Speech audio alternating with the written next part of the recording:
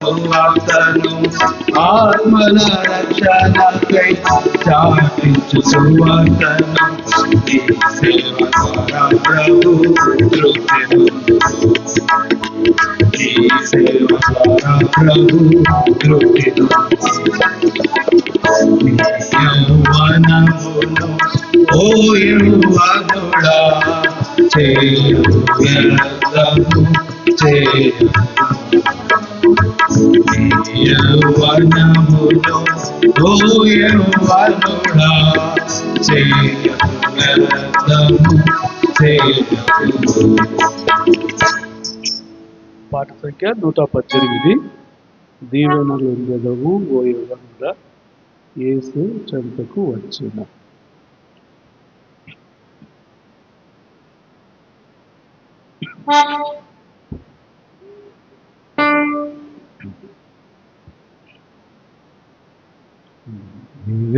దీవెనలొందెదవు ఓ యౌవనుడా యేసు చెంతకు వచ్చిన. కౌనరమ్ము జాగు చేయక రోజును నిన్ను తన కృపతో. కౌనరమ్ము జాగు చేయక రోజును నిన్ను తన కృపతో. రక్తము కార్చెను యేసు సిలువలో నీకై తన కృపచే. రక్తము కార్చెను యేసు సిలువలో నీకై తన కృపచే. కూర్చుటకై నిన్ను తన సంఘములో ఒక్క అంగముగా. కూర్చుటకై నిన్ను తన సంఘములో ఒక్క అంగముగా. దీవెనలొందెదవు ఓ యౌవనుడా యేసు చెంతకు వచ్చిన. కౌనరమ్ము జాగు చేయక రోజును నిన్ను తన కృపతో. కౌనరమ్ము జాగు చేయక రోజును నిన్ను తన కృపతో. ఒప్పుకొనిన నీ పాపమును విప్పును నీ పాపపు కట్టను. ఒప్పుకొనిన నీ పాపమును విప్పును నీ పాపపు కట్టను. కరుణు రక్షణ వస్త్రముతో నిన్ను నిశ్చయముగా. కరుణు రక్షణ వస్త్రముతో నిన్ను నిశ్చయముగా. దీవెనలొందెదవు ఓ యౌవనుడా యేసు చెంతకు వచ్చిన. కౌనరమ్ము జాగు చేయక రోజును నిన్ను తన కృపతో. కౌనరమ్ము జాగు చేయక రోజును నిన్ను తన కృపతో. తృప్తి నొందెదవు మందిర సమృద్ధిలో నుండి. తృప్తి నొందెదవు నీవు మందిర సమృద్ధిలో నుండి. ఆనంద ప్రవాహ జలమును నీవు పానము చేతువు. ఆనంద ప్రవాహ జలమును నీవు పానము చేతువు. దీవెనలొందెదవు ఓ యౌవనుడా యేసు చెంతకు వచ్చిన. కౌనరమ్ము జాగు చేయక రోజును నిన్ను తన కృపతో. కౌనరమ్ము జాగు చేయక రోజును నిన్ను తన కృపతో. ఆత్మబలులన పెంచుచు సజీవరాయి వలె నీవు బలులనర్పించుచు సజీవరాయి బలినీవు కడబడుదు గట్టి పునాదిపై ఆత్మ మందిరముగా కడబడుదు గట్టి పునాదిపై ఆత్మ మందిరముగా యవనుడా యేసు చెంతకు వచ్చిన కరుణరమ్ము జాగు చేయక రోజులు నిన్ను తన కృపతో కరుణరమ్ము జాగు చేయక రోజులు నిన్ను తన కృపతో సత్య విశ్వాసమునందు చక్కగా నీవు వృద్ధి పొందను సత్య విశ్వాసమునందు చక్కగా నీవు వృద్ధి పొందను సత్యవాక్యమునందు సరిగా శక్తిని ప్రభువు సదు సత్యవాక్యమునందు సరిగా శక్తిని ప్రభువు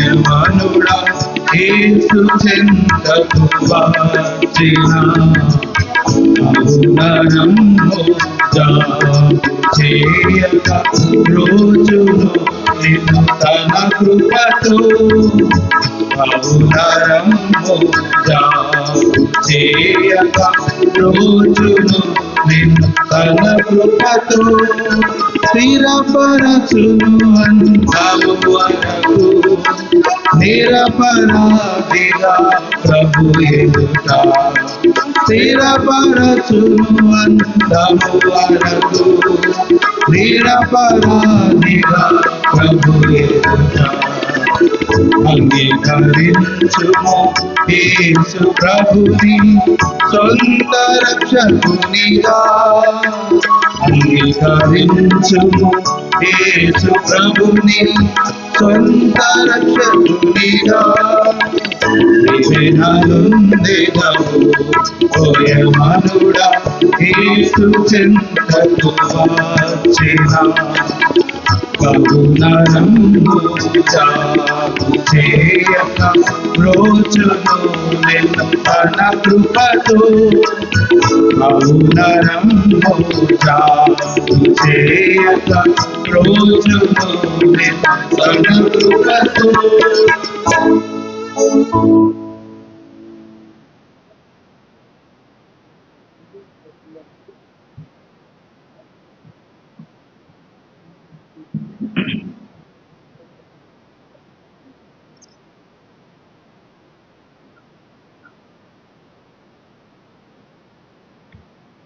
Hymn number 32.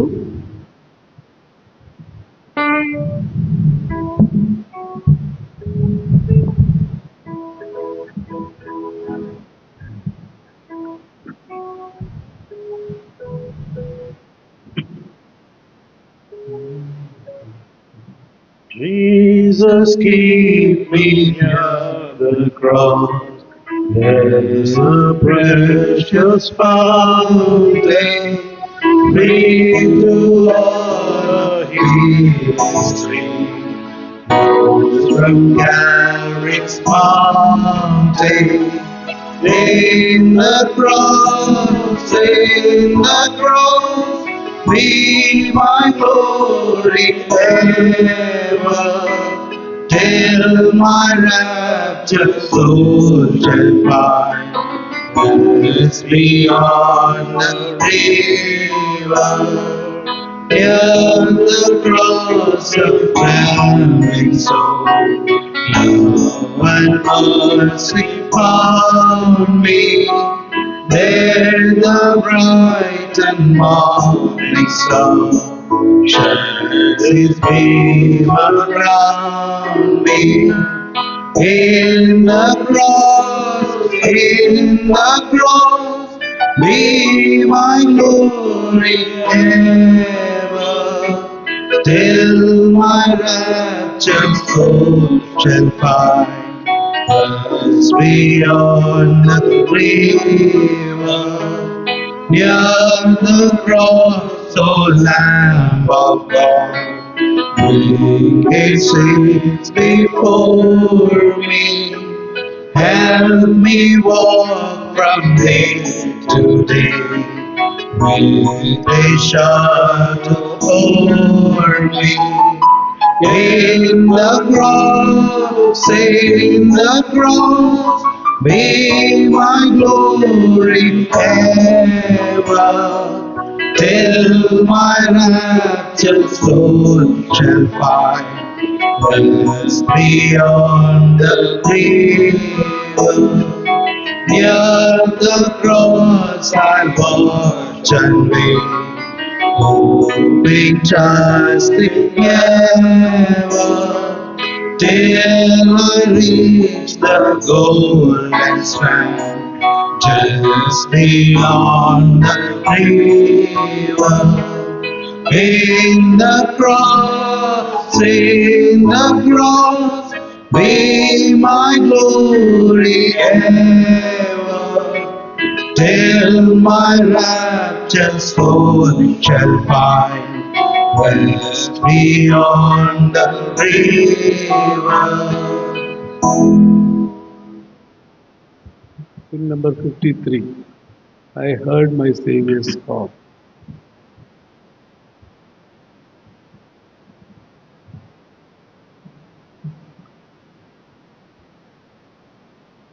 I have heard my Savior calling. I have heard my Savior calling. I have heard my Savior calling. Take thy cross and follow me. Where he leads me, I will follow. Where he leads me, I will follow. Where he leads me, I will follow. I'll go with him, all the way. Though he leads me through the valley, though he leads me through the valley, though he leads me through the valley, I'll go with him, all the way. Though he leads me through the garden, though he leads me through the garden, though he leads me through the garden, I'll go with him, all the way. Though he leads me through the conflict, though he leads me through the conflict, though he leads me through the conflict, I'll go with him, all the way. Though he leads me through fiery trials, though he leads me through fiery trials, though he leads me through fiery trials, I'll go with him, all the way.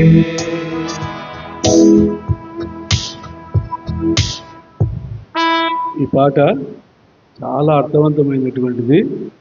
చాలామంది బుక్కులు తీసుకోని ఉన్నారు. నేను అన్ని నోర్లు గమనిస్తూ ఉన్నాను. కాబట్టి మనం అందరం కలిసి పాట ఎప్పుడు కూడా గొప్ప దైవజనుడు కాన్వర్సేషన్లో ఏం చెప్పేవాళ్ళంటే ఈ పాటలన్నీ కూడా వర్తమానాలు అన్నమాట.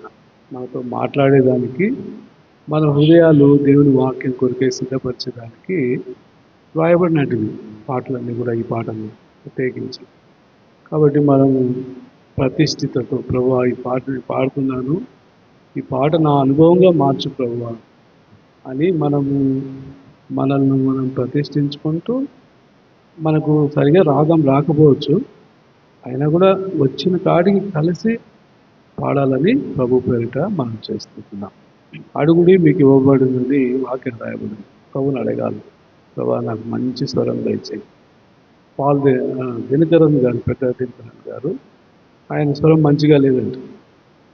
ఒకసారి స్టూడియోలో పాట పాడడానికి పోతే వాళ్ళు చూసినంత నవ్వి నీది స్టూడియో వాయిస్ కాదని చెప్పారంట.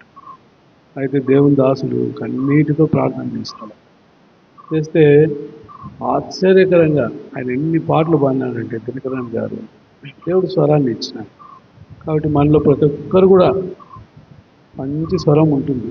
కానీ మనం ఎట్లో దాన్ని సాధన చేయకుండా ఎట్లా వచ్చి అట్లే పోతా ఉంటే, నోరు తెచ్చుకుంటూ ఉంటే అట్లే ఉంటుంది అన్నమాట. కాబట్టి ప్రార్థనాపూర్వకంగా ప్రభా నేను నీ మహిమను పాడాలా అని మన ఆశతో ఉంటే ప్రభు తప్పక దయచేస్తాం. కాబట్టి అవన్నీ కూడా మనం ప్రార్థనాపూర్వకంగా నేర్చుకుందాం. ఈ పాటను తిరిగి పాడుకుందామండి. చాలా మంచి పాట, నా జీవితాన్ని కూడా ఎంతో ప్రభావితం చేస్తుంది అన్నమాట ఈ పాట. కాబట్టి మనల్ని అందరినీ కూడా ఈ పాట ద్వారా ప్రభు తాకున్నట్టుగా ప్రార్థనతో ఈ పాట పాడుకుంటూ వస్తాం. I have heard my Savior calling.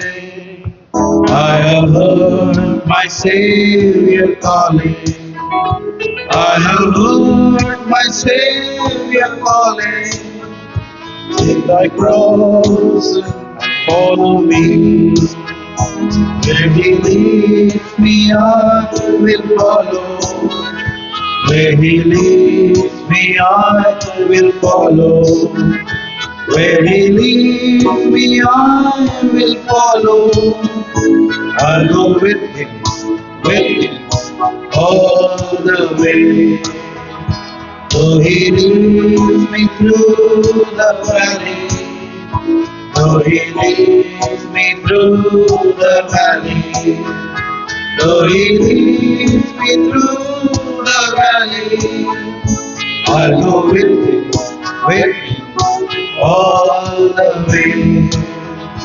Though he leads me through the garden, though he leads me through the garden, though he leads me through the garden, I'll go with him all the way. Though he leads me to the conflict, though he leads me to the conflict, though he leads me to the conflict, I'll go with him all the way. Though he leads me through fiery trial, though he leads through fiery trial, though he leads me through fiery trials, I'll go with him all the way. Where he leads me, I will follow. Where he leads me, I will follow. Where he leads me, I will follow. I'll go with him all the way. Hymn number 55. Must I go and help him?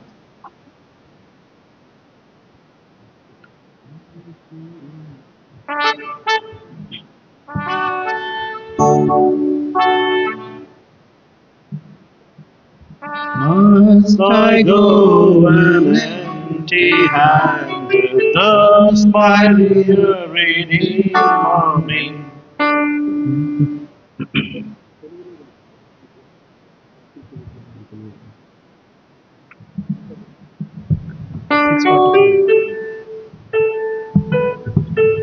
తెలుగులో 645.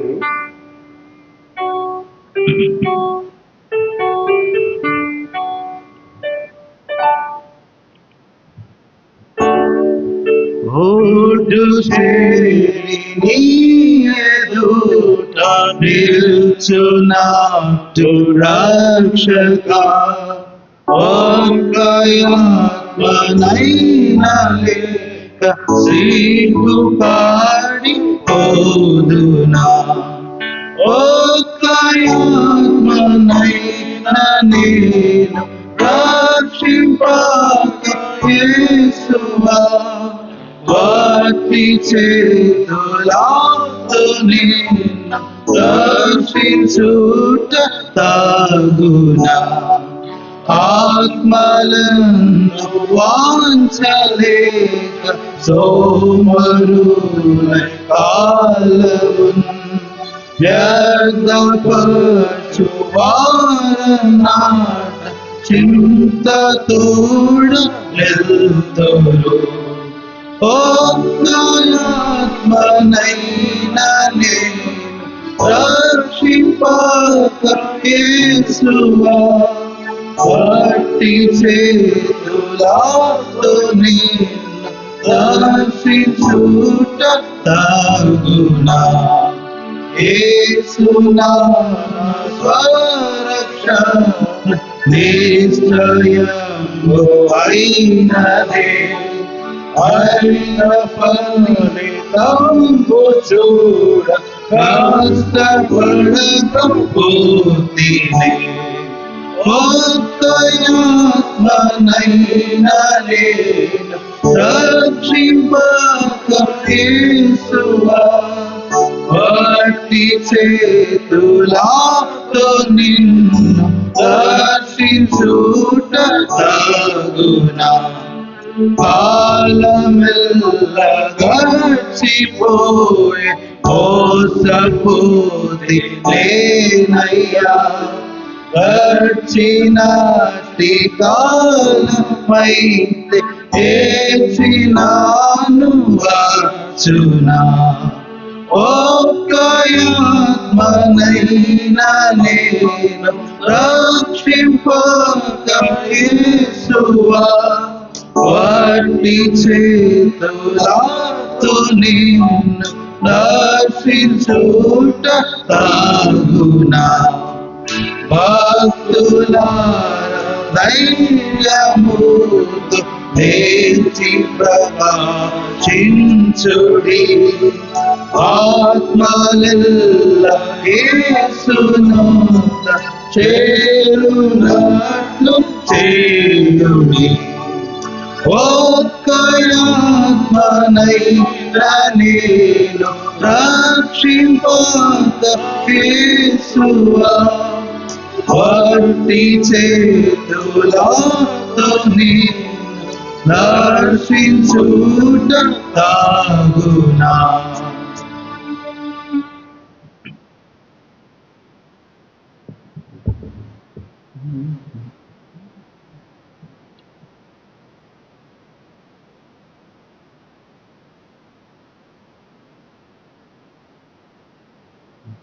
Song number 147 in Telugu song book. 147. In English it is Jesus our Lord, with what joy.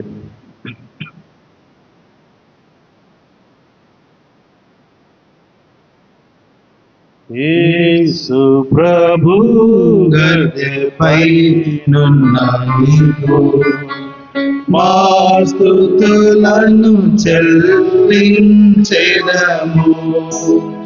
నీ సన్నిధి యందు నిన్నారాధించి పాత్రుండవి వంచు కీర్తింతుము పాత్రుండవివే పాత్రుండవివే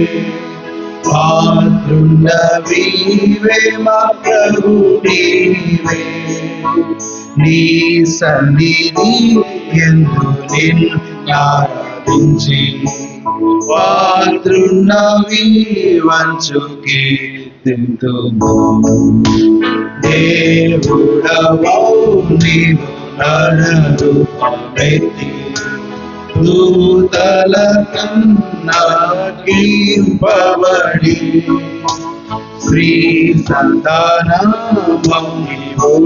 మరణించి సర్వము తలనద్రోక్కితివి పాత్రుండవివే పాత్రుండవివే పాత్రుండవీవే మా ప్రభు నీవే, నీ సన్నిధి యందు నిన్నారాధించి పాత్రుండవి వచ్చు కీర్తింతును. నీ సృష్టియే సిల్వయోధకు నిన్ను సిల్వన్ మేకులకు కొట్టిరి, దైవ మానవులచే వీడబడి శాపనష్టమనుభవించిరి. పాత్రుండవీవే పాత్రుండవీవే పాత్రుండవీవే మా ప్రభు నీవే, నీ సన్నిధి యందు నిన్నారాధించి పాత్రుండవి వచ్చు కీర్తింతును. మహిమతో మరణమును గెలిచి గొప్ప విజయము పొందితివి, చావు సమాధులపై విజయుండా నిన్ను స్తుతింపకనే.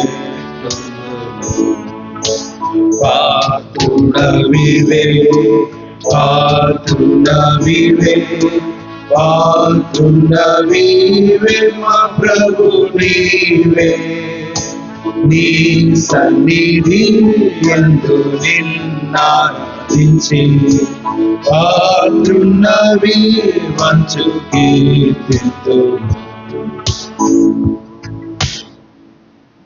పాట పల్లవి అందరం కలిసి పాడదామండి. మొదటి చరణం సహోదరులు పాడతారు, రెండవ చరణాన్ని బ్రదర్స్ పాడతారు, మూడవ చరణం అందరం కలిసి పాడతారు. ఎందుకంటే మధ్యాహ్నం కదా, చాలామంది నిద్రలో కూడా ఉంటారు.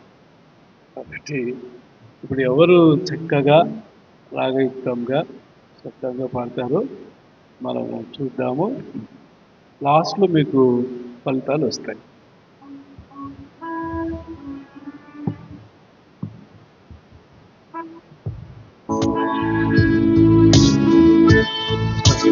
యేసు ప్రభు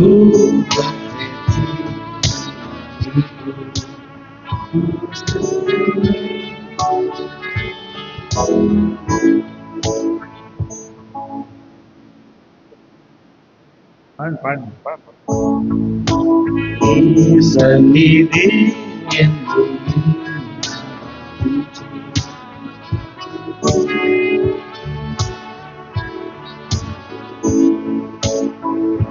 పాత్రుండవీవే పాత్రుండవీవే పాత్రుండవీవే మా ప్రభు నీవే, నీ సన్నిధి యందు నిన్నారాధించి పాత్రుండవి వచ్చు కీర్తింతును.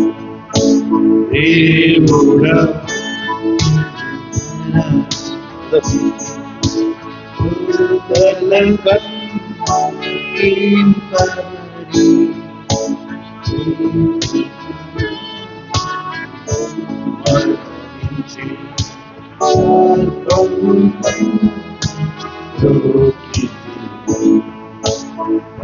పాత్రుండవీవే పాత్రుండవీవే పాత్రుండవీవే మా ప్రభు నీవే, నీ సన్నిధి యందు నిన్నారాధించి పాత్రుండవి వచ్చు కీర్తింతును. నీ సృష్టియే సిల్వయోధకు నిన్ను నడిపి సిల్వన్ మేకులతో ఇద్దరు కలిసి దైవ మానవులచే వీడబడి శాపనష్టమనుభవించిరి. పాత్రుడవీవే పాత్రుడవీవే పాత్రుడవీవే మా ప్రభు నీవే, నీ సన్నిధి యందు నిన్నారాధించి పాత్రుండవి వంచు కీర్తులు.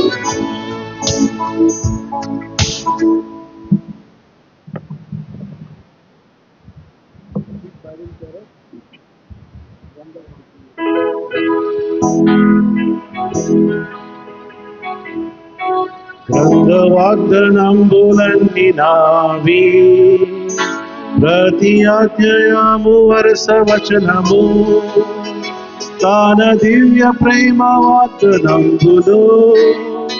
గ్రంథ వాగ్దానంబులన్నీ నావి. Every promise in the book is mine. Every chapter, every verse, every line. All the blessings of His love divine. Every promise in the book is mine.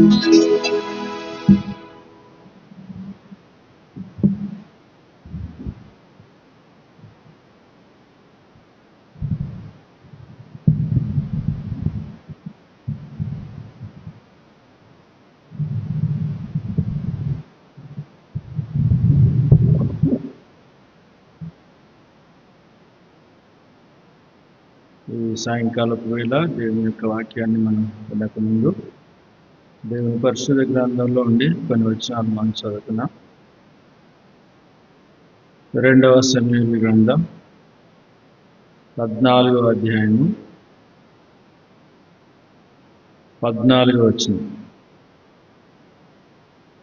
2వ సమూయేలు గ్రంథం 14వ అధ్యాయము 14వ వచనం. మనమందరమును చనిపోదుము గదా, నేలను ఒలికిన మీదట మరలా ఎత్తలేని నీటి వలె ఉన్నాము. దేవుడు ప్రాణము తేయక తొలియుడిన వాడు తనకు దూరస్తుడు కాకయుటకు సాధనములు కల్పించుచున్నాడు.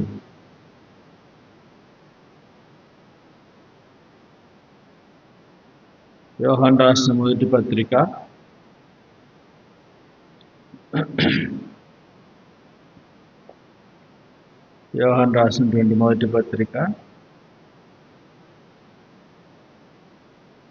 2వ అధ్యాయము 14వ వచనం. అందరం కలిసి చూద్దాం. చిన్నపిల్లలారా, మీరు తండ్రిని ఎరిగి ఉన్నారు కనుక మీకు రాయిచున్నాను. తండ్రులారా, మీరు ఆది నుండి ఉన్నవాడిని ఎరిగి ఉన్నారు కనుక మీకు రాయిచున్నాను.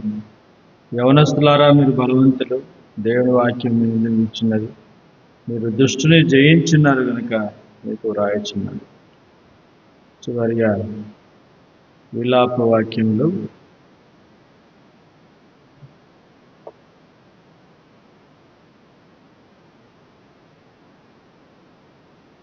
విలాప వాక్యములు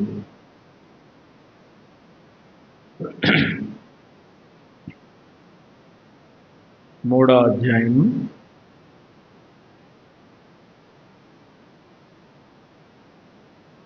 27వ వచనం. అందరం కలిసి చూద్దాం. 27. యవన కాలమున కాడి మోయుట నరునికి మేలు. ప్రభు సహాయం కొరకే చిన్న ప్రార్థన చేస్తాం. ప్రియమైన తండ్రి, నీకు వందనములు, స్తోత్రములు. సాయంకాలమున యవనస్తులతో ఇచ్చినటువంటి ఈ సహవాసాన్ని బట్టి స్తోత్రం. వారిలో మెరుగైన నీ ఉన్నతమైన ఉద్దేశముల కొరకై స్తోత్రం. నేను నీతో చెప్పినది నెరవేర్చే వరకు నేను నిన్ను విడవనని యాకోబుతో మాట్లాడినట్లుగా ఇక్కడ చేరినటువంటి ప్రతి బిడ్డ విషయంలో నీ ఉద్దేశములు ఏమైనావో అవి మీరు నెరవేర్చుకుని మహిమ పొందమని సమయంలోని వాక్య భాగం ద్వారా మా అందరితో మీరు మాట్లాడండి. యేసుక్రీస్తు నామమున స్తుతించి ప్రార్థిస్తున్నాం తండ్రి, ఆమేన్.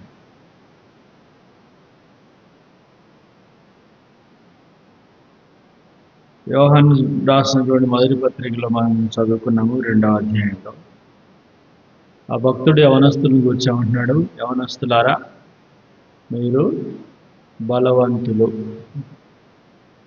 నిజమే, యవనస్తులమైన మనం బలవంతులమే.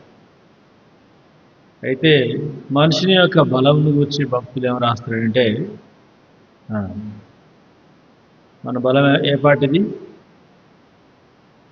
అందుకే సమూయేలు గ్రంథకర్త ద్వారా ఒక మాట మనం చదువుకున్నాం. మనమందరమును చనిపోదుము కదా, నేలను ఒలికిన మీదట మరలా ఎత్తలేని నీటి వలె ఉన్నాం. మన ఆయుష్, మన ఆయువు, మన బలం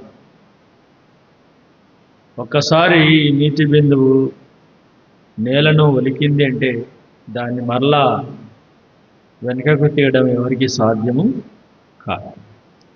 అందుకనే నీ యొక్క నా యొక్క బలాన్ని మనము ఎలా ఉపయోగిస్తున్నాం, దేనికి ఉపయోగిస్తున్నాం, అసలు మన బలము దేంట్లో ఉంది? మనం తినే తిండిలో ఉందా? ఏ విషయంలో మనం బలవంతులమై ఉన్నాం? నీ బలం ఎక్కడుంది? లోకరీతిగా బలం ఎక్కడ ఉంటుంది? చాలామంది బలవంతులు ఉండడానికి ఏం చేస్తారు? జిమ్కి వెళ్తారు. ఇక్కడే మీ బెంగళూరులో ఒక ఆయన జిమ్కి ఏం చేశాడు? మంచి సినీ యాక్టర్. ఏం పేరు? చెప్పండి. ఏమైనాడు కదా? బాడీని బిల్డ్ చేసుకోవాలనుకొని వెళ్ళాడు. ఏం జరిగింది కదా? అంటే మన చేతిలో లేదు మన బలం.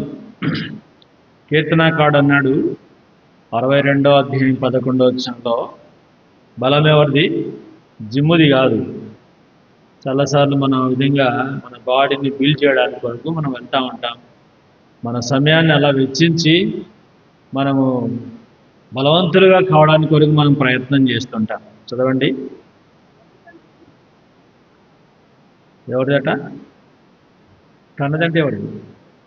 అది దేవునిది బలం, నీది కాదు, నాది.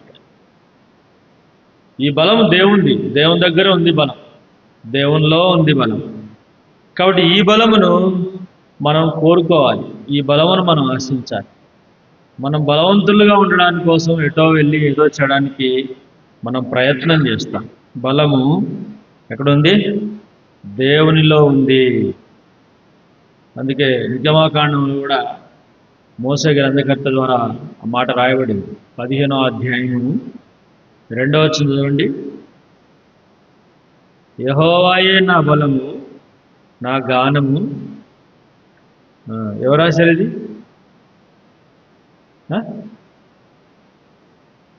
మోసే రాస్తున్నాడు, లేదా ఇశ్రాయేలు పాట పాడుతున్నారు.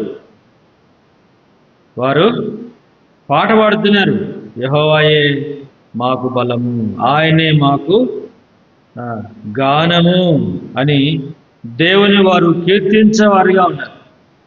దేవునే బలం ఆధారం చేసుకొని ఉండి నిజంగా వారు కనాను దేశంలో ప్రవేశించేవారే. కానీ ఏ దేవుడైతే బలం అనుకున్నారో ఆ దేవుణ్ణి మరిచినారు, విడిచినారు, ఆ దేవునికి దూరం అయిపోయినారు.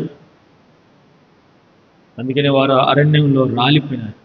మనం కూడా పాట పాడతాం, యెహోవా నా బలం అని. కానీ ఆ బలమును మనం ఆధారపడలేకపోతున్నాం, ఆ బలమును మనం ఆధారం చేసుకోలేకపోతుంటున్నాం. కనుక దేవుని ప్రజలారా, యవనస్తులారా, మీరు బలవంతులు. నీ జీవితంలో నువ్వు బలవంతునిగా ఉండాలి అంటే దేవునిని మనం ఆధారపడి దేవుని యొద్ద మనము కనిపెట్టినప్పుడు దేవుడు బలమును మనకు దయచేస్తాడు. ఈ బలాన్ని గురించి మనం ఒకవేళ న్యాయాధిపతిలోకి వెళ్తే 16వ అధ్యాయం 5వ వచనం చదవండి. సంసోను గురించి మనం అక్కడ చూడొచ్చు. 16వ అధ్యాయం 5వ వచనం. ఆమెతో, నీవు అతనిని లాలన చేసి అతని గొప్ప బలము దేనిలోనున్నదో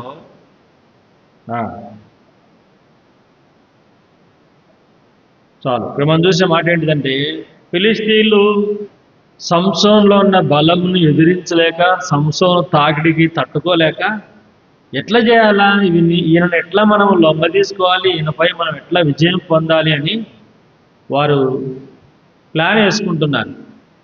వారికి అర్థమైంది, ఈయన ఎవరి దగ్గర ఉంటున్నాడు? ఎవరి దగ్గర ఉన్నాడు? ఢిల్లీలో ఒక ప్రియురాల దగ్గర తాను నివాసం చేస్తున్నాడు.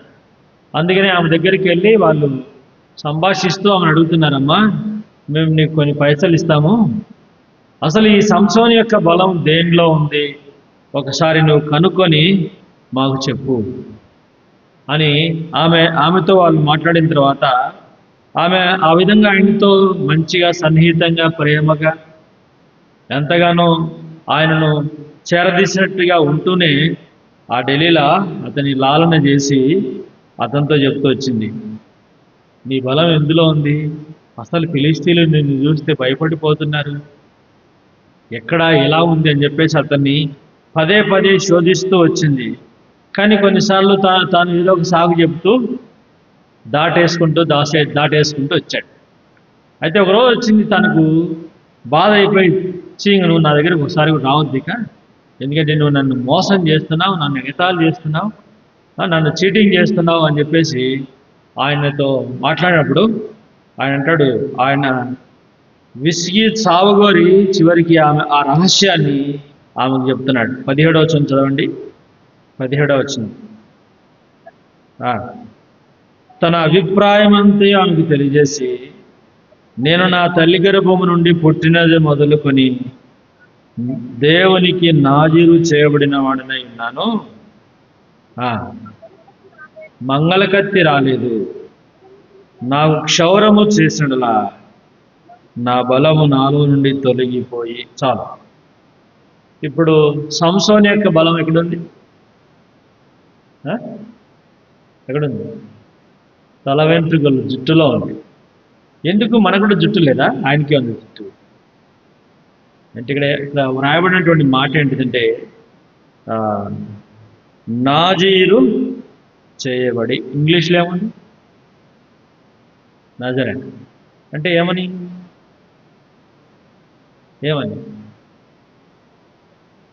అతడు ప్రతిష్ఠించబడినటువంటి వాడు. నాజీరు చేయబడ్డ, దేవునికి ప్రతిష్ఠించబడినటువంటి వాడు. అందుకనే మానోహ భార్యకు దేవుని దూత కనబడి అతనికి ద్రాక్షారసము కానీ మత్తుకు సంబంధించింది ఏది కూడా అతనికి మీరు తినబెట్టకూడదు, అతని తలకు క్షౌరము చేయించకూడదు, అతను పుట్టినప్పటి నుంచి కూడా నాజీరు చేయబడ్డాడు, దేవుని కొరకు ప్రత్యేకించబడినవాడు, ప్రతిష్ఠించబడినవాడు. నా తలంపు ఏంటిదంటే, దేవునికి ఎప్పుడైతే మనము అర్పించుకుంటామో, ప్రతిష్ఠించుకుంటామో అప్పుడే మనము బలవంతులముగా ఉంటాం. ఎప్పుడైతే ఆ ప్రతిష్ఠితలో నుండి మనం తొలిగిపోతాం చూడు, ఆ ప్రతిష్ఠిత మనం పక్కన పెడతాం చూడు, అప్పుడు మనం ఆటోమేటిక్గా బలహీనం అయిపోయి మనము శత్రువుకు స్వాధీనం చేపడతాం. నేను ఎప్పుడైతే దేవునికి ప్రతిష్ఠించుకొని నాజీరు చేయబడి ప్రభువా ఈ జీవితము నీకే అర్పించుకుంటామో దేవుడు మనలను బలవంతులుగా చేస్తాడు. అందుకనే యవనస్తులారా, మీరు బలవంతులు, దుష్టుని జయించి ఉన్నారు.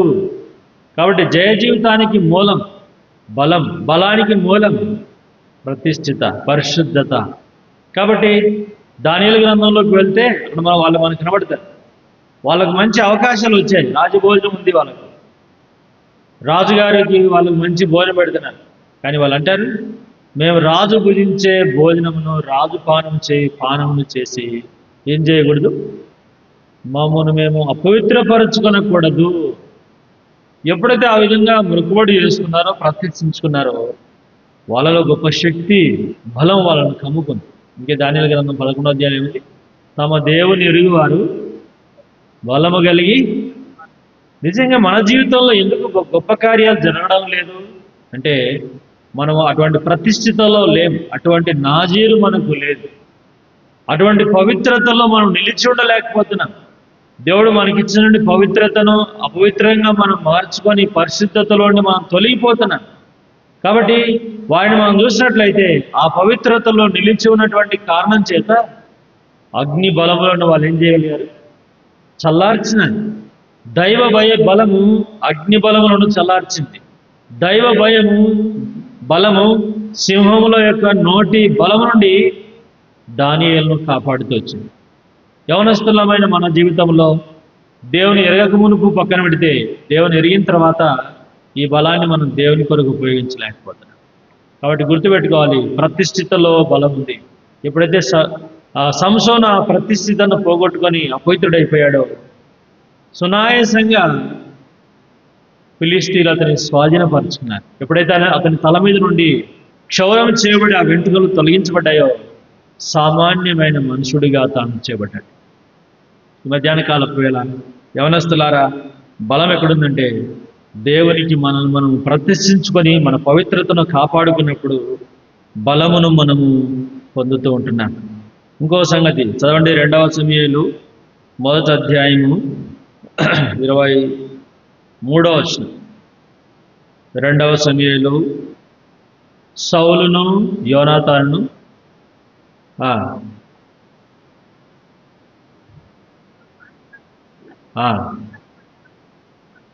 తమ మరణమందైనను వారు ఒకరినొకరు ఎడబాసిన వారు కారు. వారు పక్షిరాజుల కంటే వడిగలవారు, సింహముల కంటే. ఎవరు వాళ్ళు? సౌలు యోనాతానులు ఎవరు? తండ్రి కొడుకు. చూసావా? తండ్రి కొడుకులు ఎలాంటి వారంటే వాళ్ళు సింహముల కంటే వడిగలవారు, బలవంతులు. దీన్ని బట్టి నేను గ్రహించింది ఏంటంటే తండ్రి కొడుకుల మధ్యలో ఉన్నటువంటి ప్రేమ. అదే ఈనాడు మనకు అటువంటి ప్రేమ ఉంది, కానీ ఏ ప్రేమ ఉంది? ఇటువంటి ప్రేమ లేదు మనకు. మోసపూరితమైనటువంటి ప్రేమలోకి మనం వెళ్ళిపోయాం.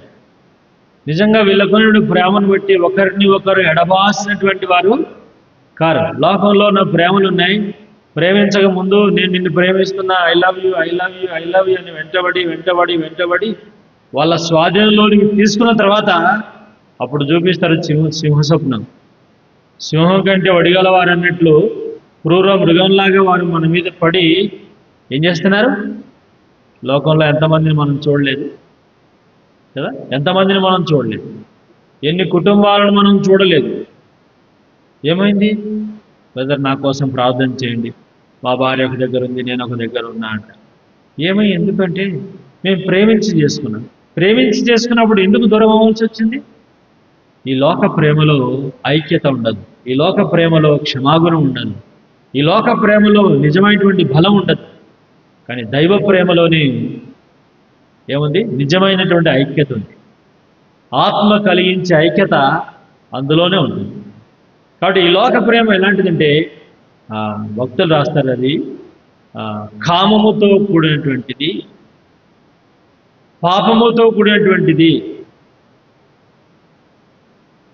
దేవుని యొక్క ప్రేమను మనము కలిగినటువంటి వారిగా ఉండాలి.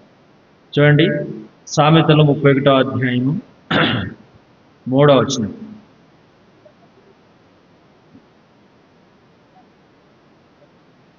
కాబట్టి దేవుని బిడ్డలారా, మనం గుర్తు చేసుకోవాలి ఇక్కడ నీ బలం. దేవునికి నువ్వు ప్రతిష్ఠించుకున్నప్పుడు వచ్చే ఆ బలం. ఏమన్నాడు ఇక్కడ మహాజ్ఞాని సొలొమోను? ఎందుకని? తను బాగా టేస్ట్ చేసినాడు ఈ సంగతులు. అర్థమైందా? స్త్రీల చేత తాను త్రిప్పబడిపోయాడు, తన జీవితం అంతా నష్టపోయినటువంటి వాడు. అందుకని 1000 మందిలో నేను ఒకరిని చూశాను, కానీ 10 మందిలో ఒకరిని చూశాను, కానీ 1000 మందిలో ఒకరిని చూడలేదంటాడు. నీ బలాన్ని ఎవరికి ఇయ్యద్దు? స్త్రీలకి ఇయ్యకుము. స్త్రీని దేవుడు సైతానుతో పోలుస్తున్నాడు బైబిల్లో. అది బహు భయంకరమైనటువంటిది. నేను మన బలమును దేవునికి ఇవ్వాలి. దేవుని దగ్గర మనం పెట్టుబడి పెట్టినప్పుడు ఆయన అద్భుతంగా మన యవన జీవితంలో మనల్ని బలమైనటువంటి సాధనంగా వాడుకునేవాడిగా ఉంటున్నాడు. కానీ ఈరోజు మనము మన బలాన్ని ఎవరికి ఇచ్చేసాం? సాతాను వశం చేసేసాం. సాతాను కొరకు మనం ఉపయోగిస్తున్నాం. సాతాను చేతిలో పడిపోయాం. యవనస్తులారా, మీరు బలవంతులు, దుష్టుని జయించినారని చెప్పి కింద రాశాడు. కింద ఏం రాశాడు? యోహాను రాసిన మొదటి పత్రిక 2వ అధ్యాయం చూడండి, ఆ కింది భాగం.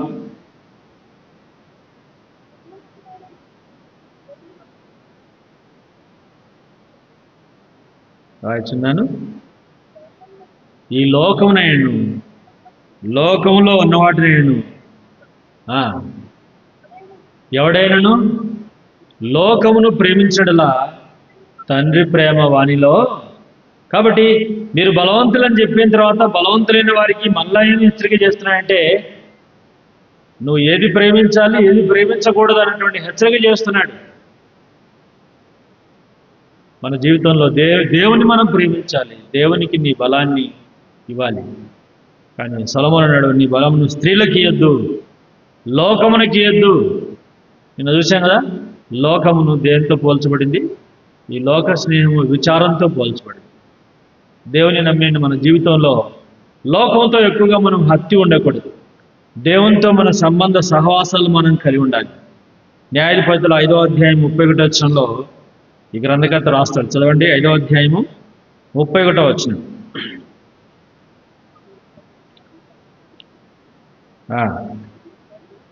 ఆయనను ప్రేమించువారు బలముతో,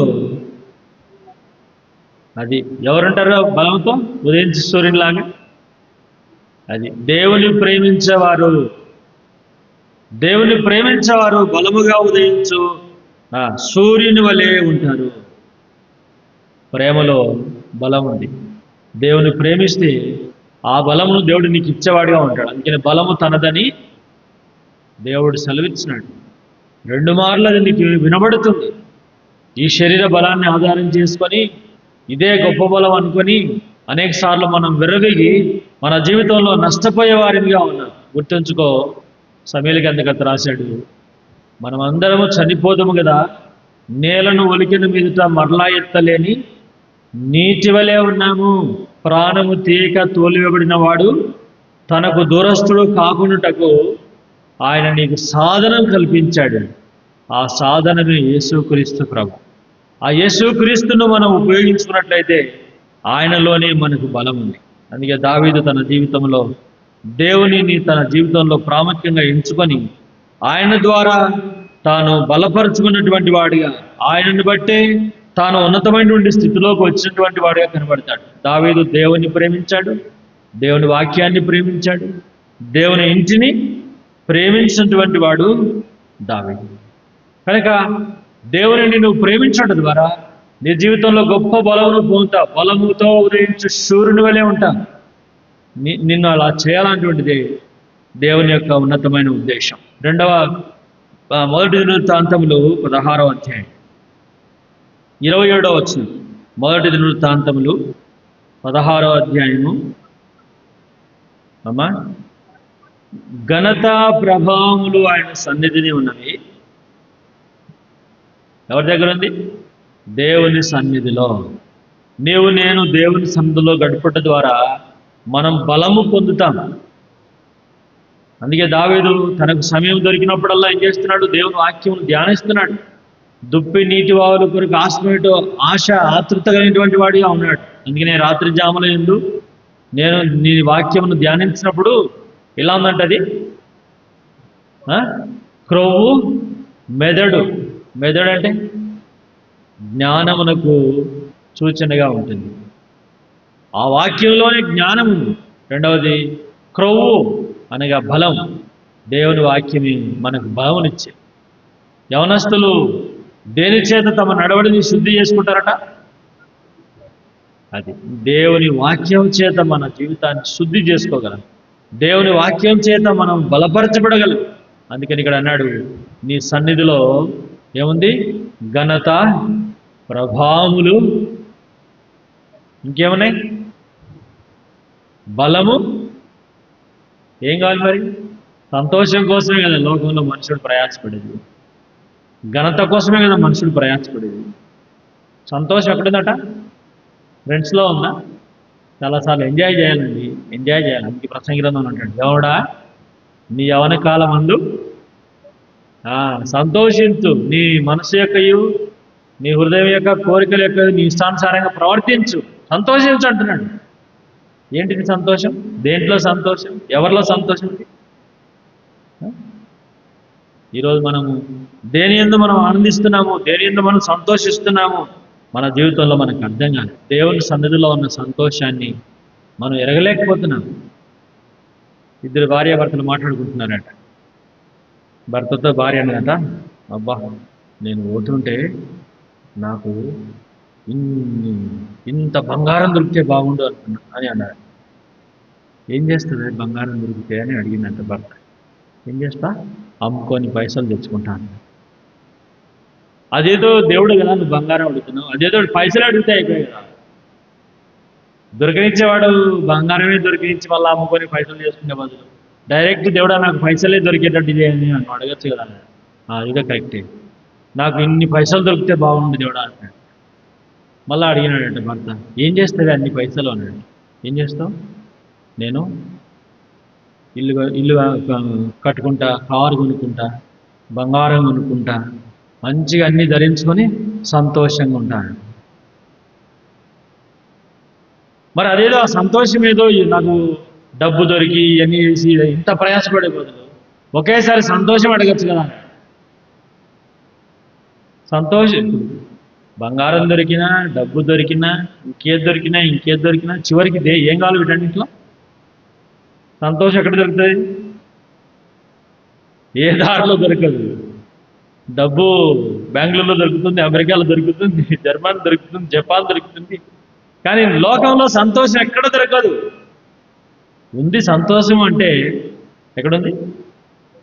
అందుకే భక్త్ సింగ్ గారు చెప్పారు, చెప్పన శక్యమును మహిమాయుక్తమైన సంతోషం ఎక్కడుందంటే అది దేవునిలోనే ఉంది. ఈ దేవుని నువ్వు కలిగి ఉంటే నీ జీవితంలో కూడా ఇటువంటి చెప్పనశక్యమైనటువంటి మహిమాయుక్తమైన సంతోషాన్ని నువ్వు అనుభవించగలవు. కానీ ఈరోజు మనుషుడు ఎంజాయ్ అనుకుంటూ ఎంజాయ్ కొరకే చదువుకుంటున్నాడు, ఎంజాయ్ కొరకే ఉద్యోగం చేస్తున్నాడు, ఎంజాయ్ కొరకే డబ్బు సంపాదిస్తున్నాడు. సంతోషం అనుకుంటున్నాడో చివరికి అదే దుఃఖపూరితంగా మిగిలిపోయి ఈ బతుకొద్దు నాకు, ఈ సంసారం వద్దు నాకు, ఈ ఉద్యోగం వద్దు నాకు అని ఎంతోమంది యవనస్తులు ఏం చేస్తున్నారు? సూసైడ్ చేసుకొని చచ్చిపోతారు. సాతాడు నీ జీవితంలో ఏ ఏ దారిలోకి నేను ఏడ్చుకొని వెళ్తున్నాడో ఒకసారి ఆలోచించి. యవనస్తులారా, మీరు బలవంతులే. ఏ బలాన్ని నువ్వు అనుభవించడానికి ఇష్టపడుతున్నావు? ఏ బలంలో నువ్వు ఉండాలని కోరుకుంటున్నావు? దేవుని సన్నిధిలో నువ్వు ఉంటే అదే గొప్ప బలం. దేవుని సన్నిధిలో ఘనత, ప్రభావాలు ఉన్నాయి, బలం ఉంది. దేవుని సన్నిధిలో నువ్వు ఎప్పుడైతే నిలబడతావో ఆ బలమును నీ జీవితంలో నువ్వు అనుభవించేవాడివిగా ఉన్నావు. ఇంకో మాట చదవండి, యోబు గ్రంథము 30వ అధ్యాయము 18వ వచనం. యోబు గ్రంథం 30:18. అమ్మా, మహారోగ బలము చేత చాలు నాకు ఈ చిన్న భాగం ఒకటే. 30వ అధ్యాయం 18వ వచనం మొదటి భాగము ఏముంది? రోగానికి ఏముందంట? బలం కాదు, మహాబలం ఉంది. కరోనా వైరస్ చూసినారు మీరు ఎవరండి? ఎంతలా ఉంటుంది? ఎంత పొడవు ఉంటుంది? కరోనా వైరస్ మీరు ఎవరైనా చూసారా? మరి చూడండి, మరి మీ గ్లాసులు పెట్టుకొని బలంలో పాల్గొన్నారు మీరు. మరి ఒకటి కాదు, రెండు, మంచిగా ఒక గ్లాసు. ఎందుకంటే మీరు కరోనా వస్తుంది నన్ను మింగేస్తుంది అనే కదా మీరు అన్ని గ్లాసులు పెట్టుకుంది. చూసినారా ఎవరైనా? నాకు కనబడింది ఇంతలా ఉంటుంది, నల్లగా ఉంటుంది, తెల్లగా ఉంటుంది, ఇంత పొడవు ఉంటుంది, ఎవరైనా చెప్తారా? కనబడలేనటువంటి దానికి ఎంత బలం ఉంది? ఈ భక్తుడు ఏం రాస్తున్నాడు? మహా రోగానికి, ఈ వైరస్కు ఎంత బలం ఉందంటే ఇది ప్రపంచాన్నే వణికించేసింది, ఎక్కడలో అక్కడే జామ్ చేసేసింది. అదేనా? ఆ ఫ్లైట్ ఇక్కడ లేదు, ఈ ఫ్లైట్ అక్కడ లేదు, ఆయనతోటి ఇంటికి లేదు, ఇంటితోటి ఆయనకి లేదు, అమ్మను బిడ్డలు కలిసేది, బిడ్డలు అమ్మను కలిసేది లేదు. అదేనా? అంటే నా తలంపు ఏంటిదంటే ఈ యోబు గ్రంథకర్త ముందే రాసినాడు ఈ మాటలు. మహారోగ బలము చేత, రోగానికి ఉన్న బలం ఎంతో ఒకసారి చూసుకో. ఈ రోగముల బలము నుండి నువ్వు విడిపించబడాలంటే ఆయనే నీ రోగములను భరించినవాడు. యెషయా గ్రంథం 53వ అధ్యాయంలో ఆ మాట మనకు కనబడుతుంది కదా. చదవండి, యెషయా గ్రంథం 53వ అధ్యాయము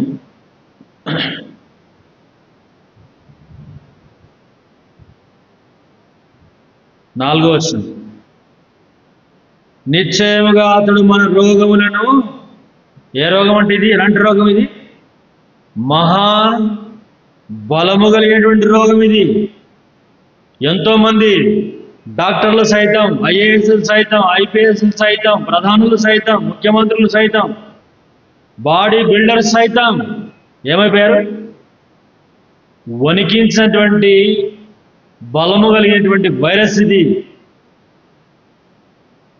దానికి భయపడ్డారు కానీ వీటన్నిటిపైన బలము కలిగినటువంటి దేవునికి భయపడ్డారు. అందుకనే ఆయనకున్నటువంటి పేర్లు అదొక పేరు. ఏం పేరు? బలవంతుడైన దేవుడు, నిత్యుడగు తండ్రి. నీ దేవుడు బలవంతుడు. ఇటువంటి మహా రోగ బలం కలిగినటువంటి వైరస్ను కూడా హరించి వేయడానికి శక్తి కలిగినటువంటి వాడు ఆయన. ఆ దేవుని గూర్చిన భయభక్తులు మనం కలిగి ఉంటే మన జీవితంలో దైవ భయమును మనం బలమును మనం పొందేవారిగా ఉంటాం. ఈరోజు పూర్తిగా దేవుని భయము, దేవుని భక్తి మనం పోగొట్టుకొని ఇటువంటి వైరస్లకు మనం గురైపోయి కాలం రాకమునిపే ఏమైపోతున్నారు? ఎంతోమంది కాలం రాకమునిపే వారి దినాలు ముగించుకునే వారిగా ఉన్నారు. నిజంగా కరోనా దినాల్లో మనం గమనించినట్లయితే ఎంత భయంకరమైనటువంటి పరిస్థితులు మనం చూసాం కదా. అసలు అది శత్రువు కూడా రాగు, చనిపోయినప్పుడు సైతం, తండ్రిని కోల్పోయిన పిల్లలు చనిపోయినప్పుడు సైతం అమాంతంగా వెళ్ళి ఆ తండ్రి మీద పడి ఏడ్చి చివరి చూపుగా చివరి బాధను వెలగక్కడానికి కూడా అవకాశాలు లేవు. స్టార్టింగ్లో అయితే అసలు ఎట్లా అంటే ఒక జేసీబీతో గుంత తీసి మొత్తం శవాలను అట్లా పడేశారు. వారికి సరైనటువంటి సమాధిని కూడా మనం చూడాలి. ఇటువంటి రోగ బలములన్నిటిపైన బలము కలిగినటువంటి వాడు నీ దేవుడు. ఈ దేవుని బలమును మనము కోరుకోవాలి. అందుకే దావీదు, యెహోవా నా బలమా. యవనస్తులారా, నీ జీవితంలో నువ్వు బలమైనటువంటి సాధనంగా వాడబడాలంటే, దేవుని చేతిలో పనిముట్టుగా ఉండాలంటే, ఈ దేవుని నీవు ఆధారం చేసుకుంటే నువ్వు తప్పకుండా ఏం చేస్తాం? దుష్టుని జయించే వారిగా ఉంటాం. అలా కాకుండా సామెతల గ్రంథంలో రాసినట్టుగా నీ బలమును స్త్రీలకి ఇయ్యకుము, లోకానికి, ఫ్రెండ్స్కి, ఆ అమ్మాయికి, అబ్బాయికి నీ బలాన్ని ఇచ్చావు, వారు నీ జీవితాన్ని ఏం చేస్తారు తెలుసా? సంసోను జీవితం ఏం చేసింది? ఢిల్లీలో శత్రువుకు అప్పగించేసింది. సంసోను ఇశ్రాయేలులో మహాబలాఢ్యుడైనటువంటి వాడు. ఆయన పచ్చి గాడిద దవడ ఎముక చేత 1000 మందిని చంపినటువంటి వాడు. ఎన్ని నక్కలు పట్టుకున్నాడు? నక్కలు దొరుకుతాయి మనకి. మనం పొరపాటున మన నాటుకోడి పట్టుకుందాం అంటేనే కోళ్ళు దొరకవు. పరిగెత్తి తిన్నదంతా ఇవ్వాలి ఒక కోడిని పట్టుకోవాలంటే. కానీ నక్కలు పట్టినంటే సామాన్యమా? ఎట్లా దొరికింటే పిలిచి అవుతాయి నక్కలు. అంటే సంసోనుకున్నటువంటి బలం ఎలాంటిది ఒకసారి ఆలోచించే. ఇటువంటి బలవంతుడైనటువంటి సంసోను తన బలాన్ని ఎవరికి ఇచ్చాడు? స్త్రీలకు ఇచ్చేసాడు. ఎంత గొప్ప నష్టానికి తాను దారి తీశాడో మనం గమనించగలుగుతుంటున్నాం. నీ బలాన్ని దేవునికి, ప్రభు చేతికి నిన్ను అప్పగించుకుంటే దేవుడు నిన్ను బలమైనటువంటి సాధనంగా, పనిముట్టుగా దేవుడు వాడుకుంటాడు. అందుకని షద్రకు, మేషకు, అబేద్నెగోలు వారు దేవుని చేతిలో తాము పెట్టుకోవడం చేత ఎలా దేవుడు వారిని వాడుకున్నాడు. ఏమండి, నిన్ను చూసాం మనం. దేవుని యొక్క ఉద్దేశం ఏంటిదంటే కిరీటమందలి రత్నంలాగానే ఉండాలని. అదే దేవుడు నిన్ను ఏ విధంగా ఆలోచన చేస్తున్నాడంటే, కిరీటంలో రత్నం ఎలా ఉంటుందో అలా నువ్వు ఉండాలని దేవుడు నీ విషయంలో ఉద్దేశించాడు. నిన్ను ముద్రటంగరంగా చేయాలని దేవుడు ఉద్దేశించాడు. కానీ ఈరోజు మన విరోధి అయినటువంటి అపవాది చేతిలోకి పోయి వానితో ఫ్రెండ్షిప్ చేసి మన దేవునికి విరోధంగా, మన పరలోకపు తండ్రికి విరోధంగా మనం అనేక సార్లు మనం తిరిగే వారిగా ఉన్నాం. దేవునికి విరోధంగా బ్రతుకుతున్నాం. ఆయన్ని మనం అపహాస్యం చేసేవారిగా, ఎగతాళి హేళన చేసేవారిగా ఉన్నాం. ఈరోజు దేవుని వాక్యం వింటాం కానీ, చదువుతాం కానీ దాన్ని మనం అనుసరించలేము. గుర్తుపెట్టుకో, దేవునికి నీవు ప్రతిష్ఠించుకో. ప్రతిష్ఠితలోని గొప్ప బలం ఉంది. ఎప్పుడైతే ప్రతిష్ఠిత మనం కోల్పోతామో, నాజీరు మనం కోల్పోతామో, పరిశుద్ధత మనం కోల్పోతామో, అపవిత్రత మనలోకి వస్తుందో, దేవుని బలమును మనము పూర్తిగా పోగొట్టుకునే వారిగా ఉన్నాం.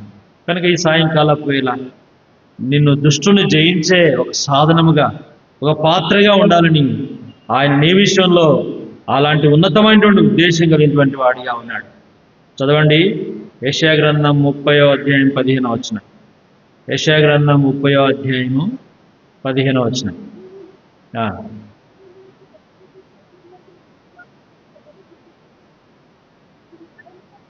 మీరు మరలి వచ్చి ఊరుకుంట వలన రక్షింపబడెదరు, మీరు ఊరుకుండి నమ్ముకొనట వలన.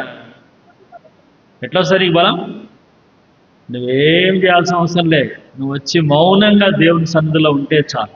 మనం చదువుకున్నట్టుగా దేవుని సన్నిధిలో ఘనతలు, మహిమ, ప్రభావములు బలమైన దగ్గర. కాబట్టి సాయంకాలం వేళ నువ్వేమి చేయాల్సిన అవసరం లేదు. జిమ్కి వెళ్ళాల్సిన అవసరం లేదు. ఇంకేదో సాహసకార్యాలు నువ్వు చేయాల్సిన అవసరం లేదు.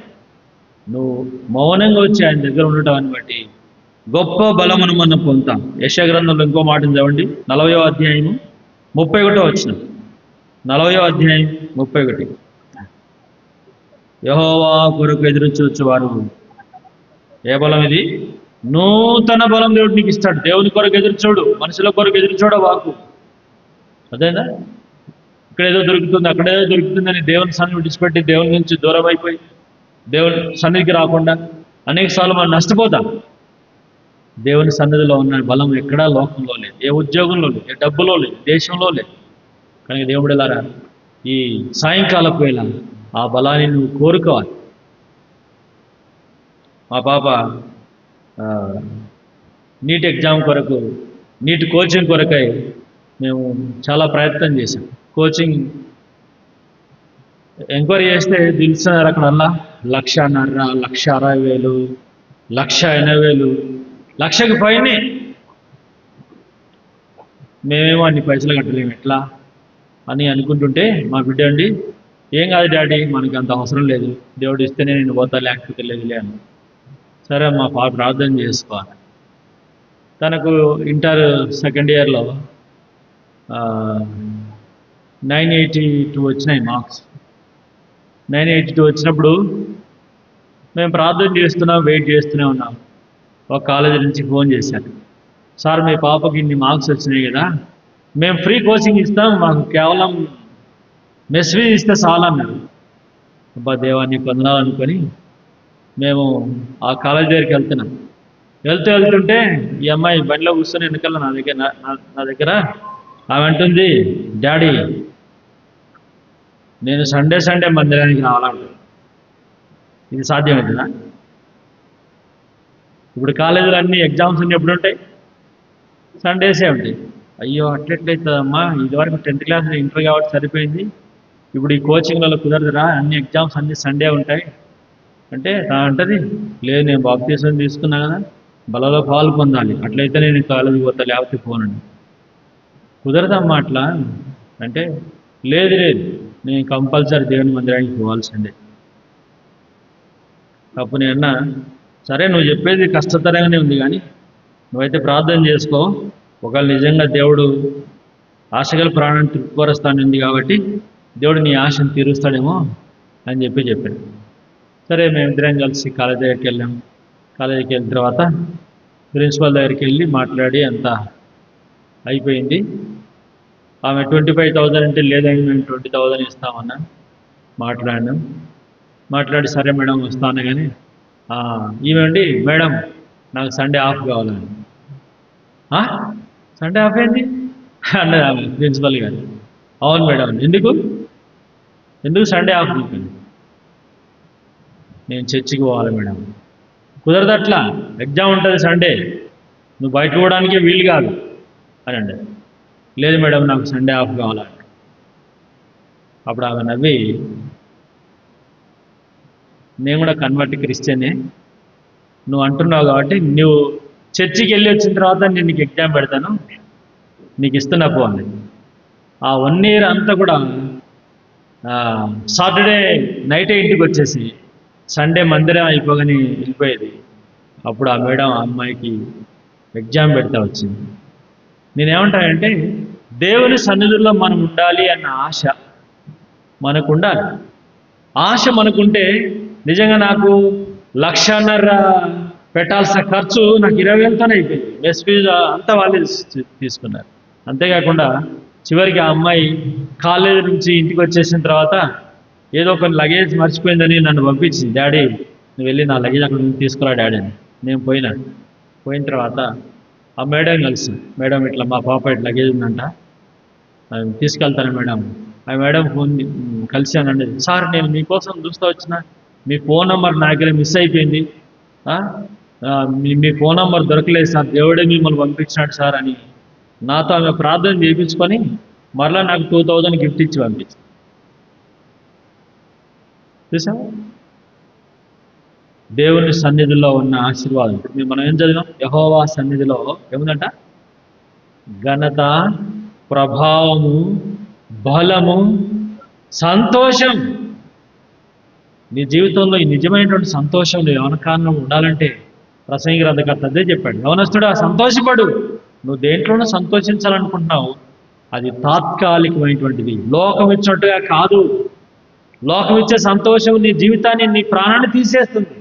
సంసోను కొంతకాలం సంతోషించాడు ఢిల్లీ దగ్గర. ఆ ప్రేమలో పడి ఆ ప్రేమ ఏం చేసిందంటే సంసోను జీవితాన్ని నాశనం చేసింది. కనుక యేసుక్రీస్తు ప్రేమ మనలను బలపరిచింది. ఆయనను ప్రేమించేవారు బలముగా ఉదయించు సూర్యుని వలె ప్రకాశిస్తుంటారు. దేవుని ప్రేమించే మన జీవితంలో యవనస్తులంగా ఇలా ఉండాలని ఆయన కోరుకుంటున్నాడు. కాబట్టి ఆయన దగ్గర కనిపెట్టేవారు ఎటువంటిరట?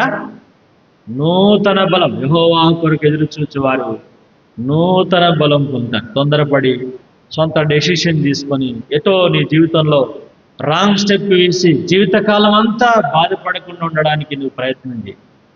దేవుని కొరకు ఎదురు చూడు. దేవుడు నీ కొరకై శ్రేష్టమైన వాటిని సిద్ధపరిచాడు. ఉద్యోగ విషయంలో కావచ్చు, భవిష్యత్తు విషయంలో కావచ్చు, ప్రతి విషయంలో కూడా దేవుని ఆలోచన నువ్వు తీసుకోగలిగితే దేవుడు నీకు ఆలోచన చెప్పి నువ్వు నడవలసిన మార్గాన్ని నీకు బోధించేవాడిగా ఉంటాడు. కానీ దేవుని ప్రజలారా, ఈ సాయంకాలపు వేళ యవన కాలమును ఆయన కాడి మోయట నరునికి ఇది నీకు మేలైనటువంటి కాడి. గుర్తుంచుకోవాలి, మనం అందరము చనిపోదాం కదా. నేలను ఒలికిన మీద మరలా ఎత్తలేని నీటి వలె ఉన్నాం. ప్రాణము తీయగా తోలివేయబడినటువంటి మనం దురస్తులము కాకుండడానికి ఆయన సాధనాన్ని కల్పించాడు. ఆ సాధనమే యేసుక్రీస్తు ప్రభు. ఆ సాధనమే దేవుని సన్నిధి, దేవుని మందిరం, దేవుని వాక్యం. దేవుని వాక్యాన్ని ప్రేమించు, దేవుని ఇంటిని ప్రేమించు, దేవుని ప్రేమించు. ఆయన ప్రేమించే వాడిని ఆయన ఆస్తికర్తలుగా చేస్తాడు. నన్ను ప్రేమించే వాడిని నేను ప్రేమిస్తున్నా అంటున్నాడు.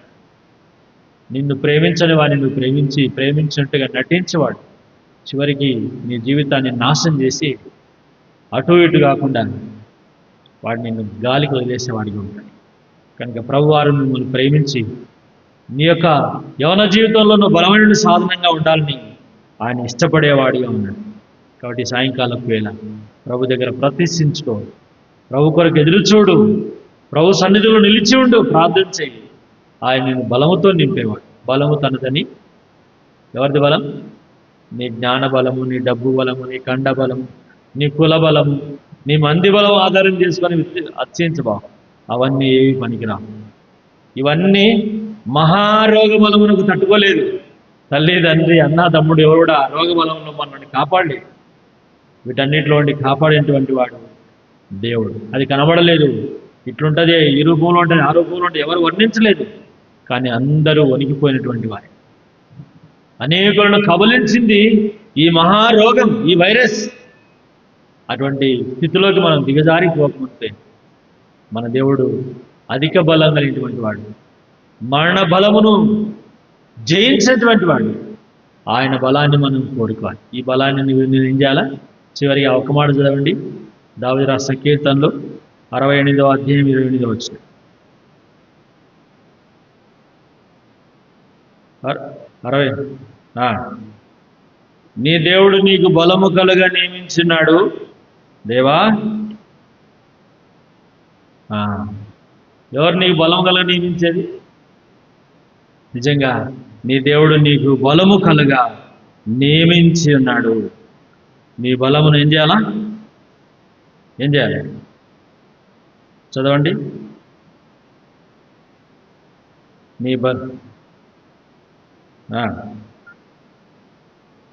34 వచ్చి ఉండదమ్మా. అది ఎవరికి ఆరోపించాలి? నీ బలమును స్త్రీలకి ఇవ్వు, నీ బలమును లోకమునకి ఇవ్వు. లోకమునైన లోకంలో ఉన్న వాటిని నువ్వు ప్రేమించుకో. లోకము దాని ఆశలు గతించిపోయినట్టుగా మనం గతించిపోతాం. దేవుని ప్రేమించు, దేవుని ఇంటిని ప్రేమించు, దేవుని వాక్యాన్ని ప్రేమించు, దేవుని సన్నిధిని ప్రేమించు. నీ బలమును యెహోవాకు ఆరోపించుడి. ఎప్పుడైతే నువ్వు అలా ఆరోపిస్తావు, దానియేలును వాడుకున్నట్లు, షడ్రక్ మేషక్ అబేద్నెగోలను వాడుకున్నట్లు, దావీదును వాడుకున్నట్లు, యోసేపును వాడుకున్నట్లు, ఎస్తేరును వాడుకున్నట్లు, రూతును వాడుకున్నట్లు నిన్ను వాడుకుంటాడు. నీ కొరకే ఆయన ఉన్నతమైన ఉద్దేశములు కలిగినటువంటి వాడు. చివరిగా రోమిలికి రాసిన పత్రిక 13వ అధ్యాయం,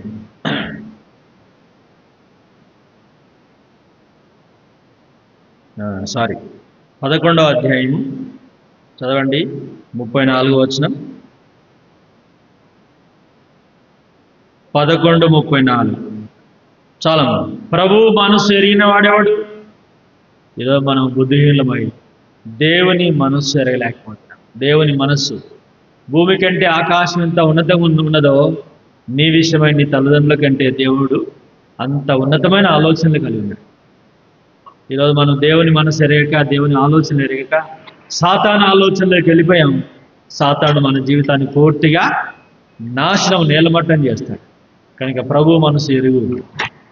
అదేనా ఈ మనుషుడు ఎరిగినటువంటి వాడై ఏమంటాడు? 33వ వచనంలో, 33వ వచనం, ఆహా దేవుని బుద్ధి జ్ఞానంలో బాహుల్యత ఎంతో గంభీరము, ఆయన తీర్పులు శోధింపనెంతో అశక్యములు, ఆయన మార్గములు ఎంతో, అవి మనం గుర్తుపట్టలేము, ఎందుకంటే మనం అజ్ఞానం కదా. కాబట్టి అంటాడు, ఆహా దేవుని బుద్ధి జ్ఞానంలో బాహుల్యత ఎంత గంభీరం. గొర్రెలు కాసుకుంటే వాడిని నన్ను దేవుడు ఎక్కడ తీసుకొచ్చాడు కదా. అనాథనైనటువంటి నేను ఈరోజు ఎక్కడున్నాను? విధవలైన నేను, మోయాబిరాలైన నేను ఈరోజు ఏ స్థితిలో ఉన్నాను? ఆహా దేవుని బుద్ధి జ్ఞానంలో బాహుల్యత ఎంత గంభీరం. ఈరోజు నీ విషయంలో కూడా అటువంటి ఉన్నతమైనటువంటి ఆలోచన కలిగినటువంటి వాడు. కాబట్టి ప్రభు మనసు మనం ఎరగక మన జీవితంలో మంచి భవిష్యత్తు మనం కోల్పోయే వారిగా. కాబట్టి సాయంకాలం వేళ నీ బలమును ఎవరికి ఇస్తున్నావు? ఒకసారి ఆలోచించి దేవుని చేతిలో నిన్ను నువ్వు పెట్టుకుంటే, ప్రభువుకు ప్రతిష్ఠించుకుంటే, అద్భుతమైన రీతిలో దేవుడు నిన్ను వాడుకొని అనేకులకు ఒక మాదిరిగా, సాక్షిగా, రాయబారిగా దేవుడు నిన్ను నిలబెట్టేవాడిగా ఉన్నాడు. అలాగే దేవుడు మనకు సహాయం చేయగా ప్రార్థన చేసుకుంటాం.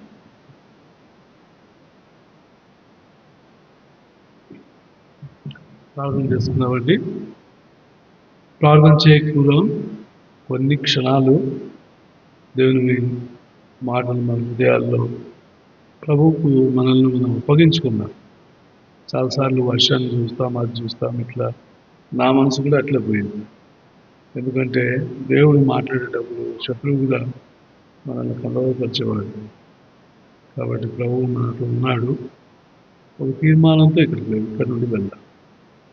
కాబట్టి ప్రభు మనల్ని బలవంతులుగా చేసి రానున్న దినాల్లో బలమైన సాధనాలుగా, సాక్షులుగా మనల్ని చేయాలనేది ఆయన యొక్క సంకల్పం. ఒక చిన్న ప్రార్థన మన హృదయంలో, ప్రభువా నేను ఈ ధనాన్ని నూతనంగా ప్రతిష్ఠించుకోవచ్చు, దాన్ని పట్టుకొని నా జీవితాన్ని ప్రభువు మనస్సు, ఆయన మనస్సు మెరుగు, ఆయన పట్టుకుంటే, ఆయన ఆశీర్వదిస్తే, ఆయన నడిపిస్తే భూమి మీద ఒక నమూనాతో కూడినటువంటి సాక్షిగా నేను చేస్తాను. అది ఆయన సంకల్పం. ప్రార్థన చేసుకుందాం. ప్రేమగల తండ్రి, విన్న వాక్యం మా హృదయంలో భద్రపరుచుకొని ప్రతిష్ఠించుకుంటున్నాం. మా చేయి పట్టుకొని నడిపించమని, మీ బుద్ధి జ్ఞాన బాహుల్యములు ఎంత గంభీరము వాటిని ఎరుగుటకు ఉపదేశించండి. ఈ వాక్యం మా ప్రతి ఆశీర్వదించిన స్తోత్రం 30 60 100 ఫలింపు చేయండి. మిగిలిన మా సమయం దీవించమని మీరు ఆశీర్వదించమని ఆశీర్వదించమని మా కొరకై త్వరగా రానని యేసుక్రీస్తున్నాము స్తుతించి ప్రార్థించి వేడుకొంచున్నాము తండ్రి. ఆమేన్. మన ప్రభువైన యేసుక్రీస్తు వారి యొక్క కృపయు, తండ్రి అయిన దేవుని ప్రేమయు, పరిశుద్ధాత్మ దేవుని యొక్క అన్యోన్య సావాసం చేరున్న పరిస్థితులకు ప్రభు రాకడ వరకు తోడైండు దాకా. Praise lord. దయచేసి మనం అందరం కలిసి కొద్దిసేపు ప్రయాసపడినట్లయితే పనులన్నీ కూడా చక్కగా త్వరగా సహాయపడుతూ వస్తాయి.